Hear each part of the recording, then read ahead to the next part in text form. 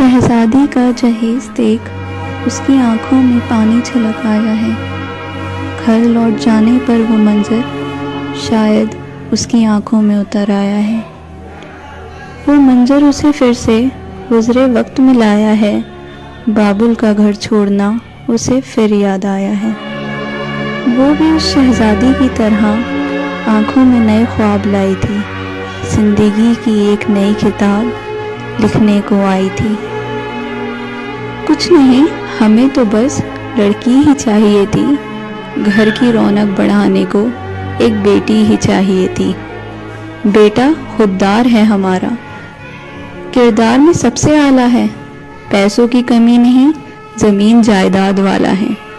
باپ خوش ہو گیا، بیٹی کی عیش و آسائش پیاری تھی، پر اس نے کہاں جانا تھا جہیز کی طرح ہمیں کچھ نہ چاہیے کہنے کی رسم بھی جاری تھی۔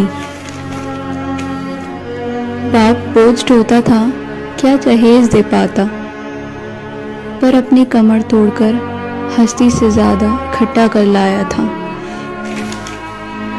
پھر بھی بیٹی کا استقبال کچھ یوں کیا گیا، محبت کے نام پر زخموں کا تحفہ دیا گیا۔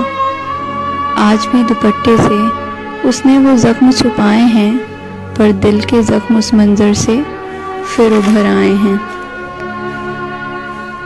اعلیٰ کردار لوگ تھے، وہ رسم نہیں نبھائی، جہیز کے کم ہونے پر بہو نہیں جلائی، صرف کچھ باتیں تھیں جس نے اس کو جھلسا دیا، اپنے خوددار بیٹے کے سامنے اس کو ذلیل بنا دیا۔